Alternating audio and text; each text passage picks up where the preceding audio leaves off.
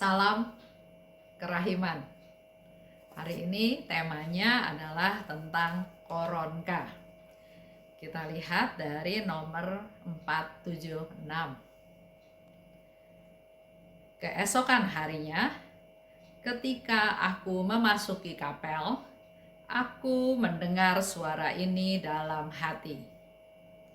Setiap kali engkau memasuki kapel, langsung daraslah doa yang kuajarkan kepadamu kemarin. Sesudah aku mengucapkan doa itu, dalam jiwaku aku mendengar suara ini. Doa ini untuk meredakan murkaku. Engkau harus mendarasnya selama 9 hari. Dengan menggunakan rosario dengan cara sebagai berikut. Nah, ini masukan buat kita semua para devosan kerahiman bagaimana cara berdoa koronka. Karena di situ diceritakan oleh Suster Faustina pada waktu keesokan harinya. Jadi kemarin dia mendengar tentang arahan Yesus tentang doa koronka.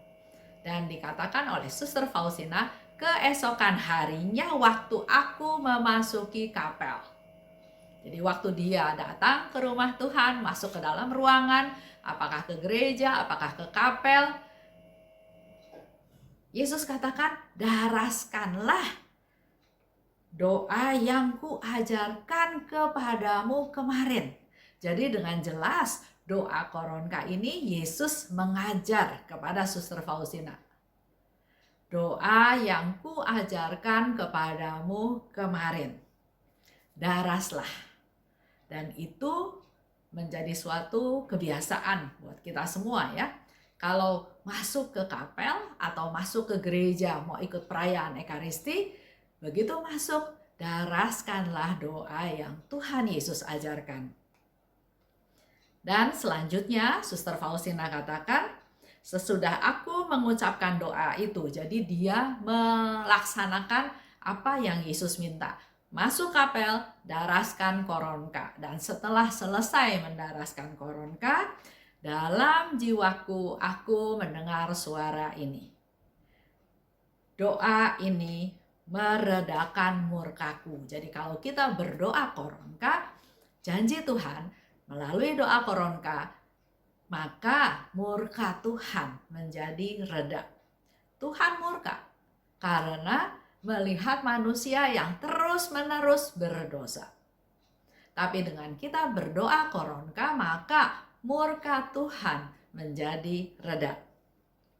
Dan selanjutnya Yesus katakan, engkau harus mendaraskannya selama 9 hari dengan menggunakan rosario. Dan caranya pun Yesus jelaskan. Pertama-tama, ucapkanlah 1 kali Bapa kami. 1 kali Salam Maria dan aku percaya. Kemudian, pada manik-manik Bapa kami, ucapkanlah kata-kata berikut.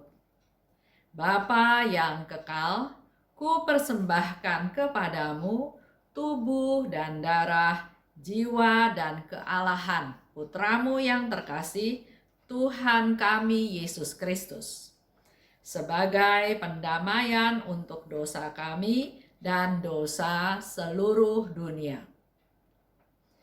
Pada manik-manik Salam Maria, ucapkanlah kata-kata berikut. Demi sengsara Yesus yang pedih, tunjukkanlah belas kasih-Mu kepada kami dan seluruh dunia. Dan sebagai penutup, daraslah 3 kata-kata berikut. Allah yang kudus, kudus dan berkuasa, kudus dan kekal, kasihanilah kami dan seluruh dunia. Itu doa koronka yang Yesus ajarkan kepada Suster Faustina dengan sangat jelas, clear. Nah, mari kita evaluasi ke diri kita masing-masing. Masih begitu banyak teman-teman yang berdoa koronka dengan versi-versi yang Saya nggak tahu dapat dari mana.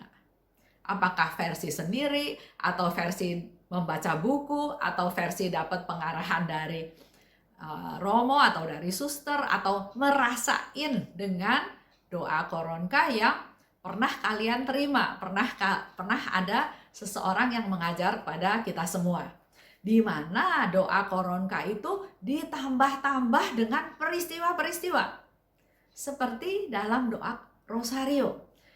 Kalau doa rosario memang ada peristiwa gembira, peristiwa sedih, peristiwa terang, peristiwa mulia. Dan setiap peristiwa itu juga ada penjelasannya, ada topiknya.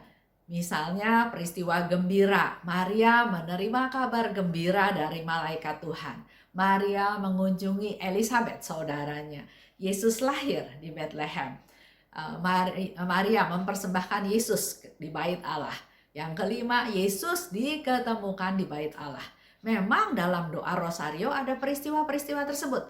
Tapi yang Yesus ajarkan bukan mengikuti peristiwa-peristiwanya, tapi memakai rosario biasa. Jadi kalau teman-teman mau berdoa koronka, silahkan pakai butir-butir rosario yang biasa, yang kalung rosario yang kita pakai ya. Tapi cara berdoanya Tuhan Yesus sudah jelaskan dan tidak ada tambahan-tambahan peristiwa-peristiwa. Saya pernah dengar ada yang memberikan tambahan peristiwa-peristiwa di mana Yesus menderita. Pertama, merenungkan luka di tangan Yesus. Kemudian luka di kaki Yesus. Perpuluhan yang ketiga, luka di lambung Yesus. Luka di kepala Yesus. Yesus nggak ajar itu. Ada ya, saya pernah kasih tahu ke salah satu teman. Dia bilang, nggak apa-apa Bu Esther, kita menikmati. Lah, kita lagi berdoa sama Tuhan, kita lagi mau ngomong sama Tuhan. Yesus sudah jelas mengatakan kepada kita semua untuk berdoa seperti yang Yesus ajarkan. Tapi keegoisan kita merasa enak, kita merasa nyaman, saya mau doanya seperti itu. Jadi yang menjadi fokus adalah Yesus, permintaan Yesus, atau menyenangkan hati. Bercerita betapa hebatnya kita bisa berdoa dengan merenungkan sengsara Yesus, melengkap-lengkapi atau menambah-nambah ya, istilahnya bukan melengkapi, tapi menambah-nambah ya Yesus nggak minta. Nggak usah bicara Yesus lah. Kita bicara dalam hubungan kita saja dengan sesama teman. Saya inginnya dijelaskan dengan sistematis, dengan efisien dan efektif. Tapi ada teman yang merasa dia pengetahuannya jauh lebih luas, lebih macam-macam, dia bercerita muter-muter. Dia mau nunjukin bahwa saya bisa, saya mengerti, saya tahu ilmu ini. Mungkin kamu nggak tahu, jadi dia bawa puter-puter-puter.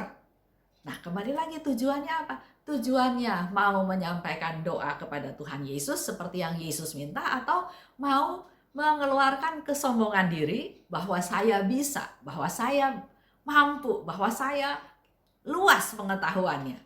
Ya, jadi kembali lagi, tolong evaluasi ke diri kita masing-masing. Doa koronka yang Yesus minta adalah dengan jelas disebutkan di 476. Kesimpulan,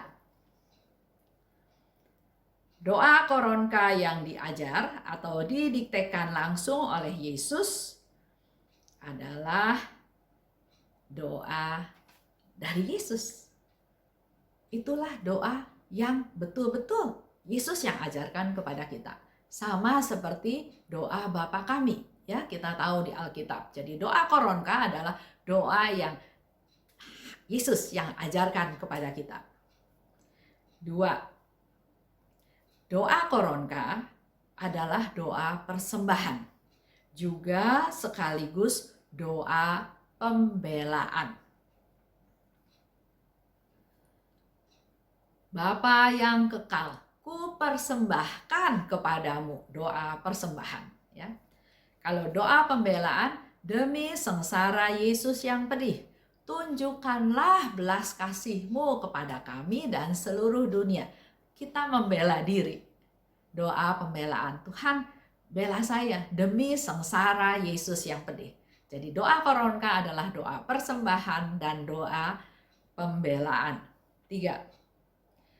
Doa koronka sebetulnya juga bisa disebut doa perpanjangan dari perayaan Ekaristi. Dalam doa koronka disebutkan, ku persembahkan tubuh dan darah, jiwa dan kealahan putramu yang terkasih, Tuhan kami Yesus Kristus. Di dalam perayaan Ekaristi juga kita mempersembahkan Yesus ya, dalam persembahan, dalam konsekrasi. 4. Doa koronka adalah doa yang sangat powerful. Karena disebutkan sendiri oleh Tuhan, doa ini meredakan murka Allah.